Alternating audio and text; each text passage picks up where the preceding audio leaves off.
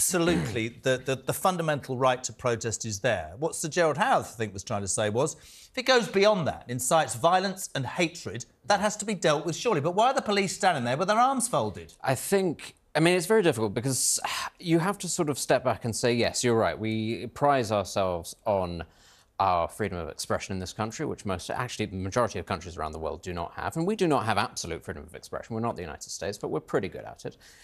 But you can't have a high-trust society, which is what we certainly used to have, if you have a situation where people believe that their pet projects are more important than the rule of law, and if politicians indulge that. And I think that's part of the problem. Why are the Met Police sort of standing by? Because ultimately, I think they found themselves in a very difficult position where they're not entirely sure what their authority is. And there's also a question, simply a question of numbers, which is certainly when we have these pro-Palestine numbers, there are huge amounts of people coming to the streets, and it's not a case where the police can just go. I think, one of the people texting and said there have been huge budget cuts. That there aren't the resources actually to, sort of sweep in en masse and arrest people who are being anti-Semitic. What we were learning earlier in the week is there are resources, but that means they're all being deployed to looking after protecting, the rights of these protesters, the other people around them, rather than doing other policing. Well, that's exactly 4,000 rest days that have been called off from the police. Well, that's exactly the point, is that the Metropolitan Police have an awful lot of things that they need to be doing. Yes, we could be focusing on one thing, but then, yes, exactly, you're right, then other things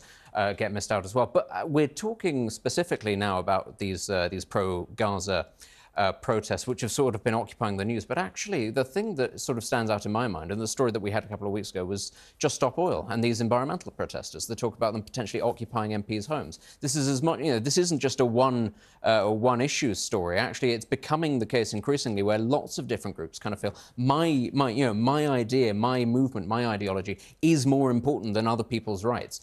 And I would say again, it's a question of, I think, MPs at some stage indulging this, because actually I think environmentalism in this country, whilst everybody sort of wants to live in a green and pleasant land, we get this sort of doomsday rhetoric from a lot of MPs about the climate crisis. Well, you're always going to end up facilitating people who are slightly off to, at the extreme end. So then why would you be surprised when those people turn around and go, yes, well, you've said that the planet's going to catch fire in however many years. I feel it's absolutely right to disrupt people's their lives and their work. Can I go back to something you said about how the police define what their rules should be? We've had a discussion this morning about the phrase that's offensive to Jewish people, put on the side of Big Ben. I believe that the Metropolitan Police, I haven't got it now, but Rosie read it out, saying they don't believe it is and they don't think it incites violence. Now, that's fine. Yeah. Who makes that decision? Is that the Commissioner? Are you saying that he is alone in making that decision, deciding? Should Parliament, should the Prime Minister, the government put more pressure on him? Who's supposed to make the rules? Because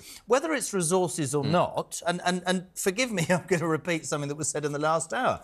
There was a lone man with a banner. We all saw it last week saying "Down with Hamas," and he was moved along. There's 250,000 people. Absolutely right, with an absolute right to say what's going on in Palestine is horrific.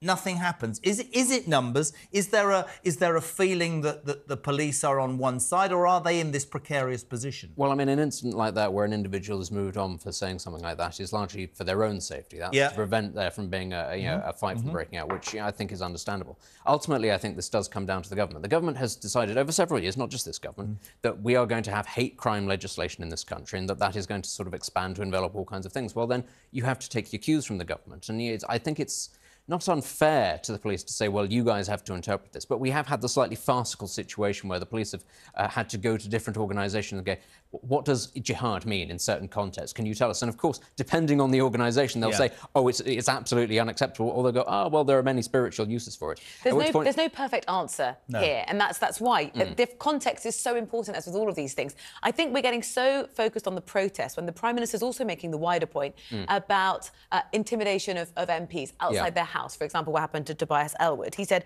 protests at politicians' offices or political events should not cause distress to those attending through abusive words or disorderly behaviour. So the real crux of this, and I don't think we've got the answer to it, is how do you enshrine the right to freedom to protest and also make sure that democracy, in terms of the intimidation of MPs, doesn't alter what's happening in Parliament? Well, this is why I was talking about a high-trust society. Once upon a time, this was sort of intrinsically understood by people, actually, that there were lines that you didn't cross, even if you felt very sort of seriously